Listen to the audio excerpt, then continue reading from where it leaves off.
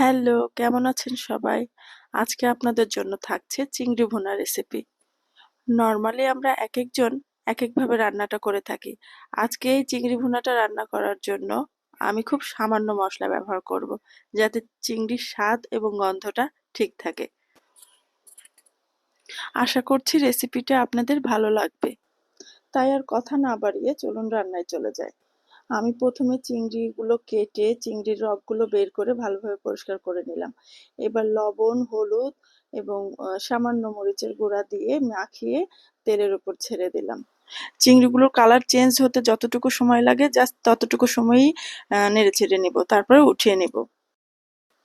পেঁয়াজ, কাঁচামরিচ, আদা, সামান্য আদা, সামান্য রসুন আমি ব্লেন্ড করে নিয়েছি। এবার চিংড়ি ভাজা সেই তেলেই পেঁয়াজ দিয়ে পেঁয়াজটা নেড়েচেড়ে যখন কালার চেঞ্জ হবে, তখন এতে যে পেস্টটা ব্লেন্ডারে তৈরি করেছিলাম সেটা দেব। লবণ, হলুদ, মরিচের গুঁড়া, ধনিয়া গুঁড়া, জিরা গুঁড়া দিয়ে দিব। এখন সবগুলো মশলা কিছুক্ষণ নাড়াচাড়া করব। এবার অল্প অল্প করে পানি দিতে হবে আর কষাতে হবে। আমি মোট ৩ বার অল্প অল্প পানি দিয়েছি আর মশলাটা কষিয়েছি। ভালোভাবে কষানোর পরে একটু ঢাকনা দিয়ে রাখলাম কিছুক্ষণ, তারপরে যখন ঝোল কমে গেল তখন এর মধ্যে টমেটো দিয়ে দিলাম। টমেটোটা দিয়ে নাড়াচাড়া করে অল্প একটু পানি দিয়ে আবার নাড়াচাড়া করে নিব। যেহেতু টমেটোটা ফ্রোজেন তাই এটা বেশি সেদ্ধ হতে বেশি সময় লাগবে না, এই অল্প পানিতেই সেদ্ধ হয়ে যাবে। আমার বাবুরা যেসব খাবার পছন্দ করে তার মধ্যে এই চিংড়ি ভুনাটা অন্যতম। যেদিন চিংড়ি রান্না করি সেদিন অন্য কোনো তরকারি না রান্না করলেও সমস্যা হয় না। এখন সব মশলাগুলো এবং টমেটোগুলো ভালোভাবে ভুনে নেব।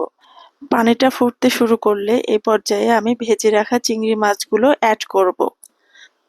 আমি কিন্তু কোনো প্রকার গরম মশলা অ্যাড করিনি। এতে করে চিংড়ি মাছের নিজস্ব যে গন্ধ আছে তা অটুট থাকবে। এবার আমি ঢাকনা দিয়ে ঢেকে দিচ্ছি প্রপারলি কুক হওয়ার জন্য। চিংড়ি মাছটা বেশিক্ষণ রান্না করতে হয় না, বেশিক্ষণ রান্না করলে চিংড়ি মাছ শক্ত হয়ে যায়। এখন আমি এর মধ্যে কিছু মটরশুঁটি ছিল ফ্রোজেন, সেটা দিয়ে দিলাম।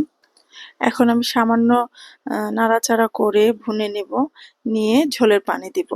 যে যেমন ঝোল খাবেন পানিটা সেভাবে বুঝে দিবেন।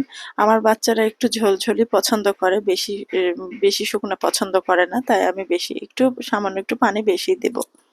ভিডিওটি ভালো লাগলে প্লিজ আমার পেজটি ফলো করবেন, লাইক, কমেন্ট, শেয়ার করবেন আর কেমন রেসিপি চান আমাকে জানাবেন।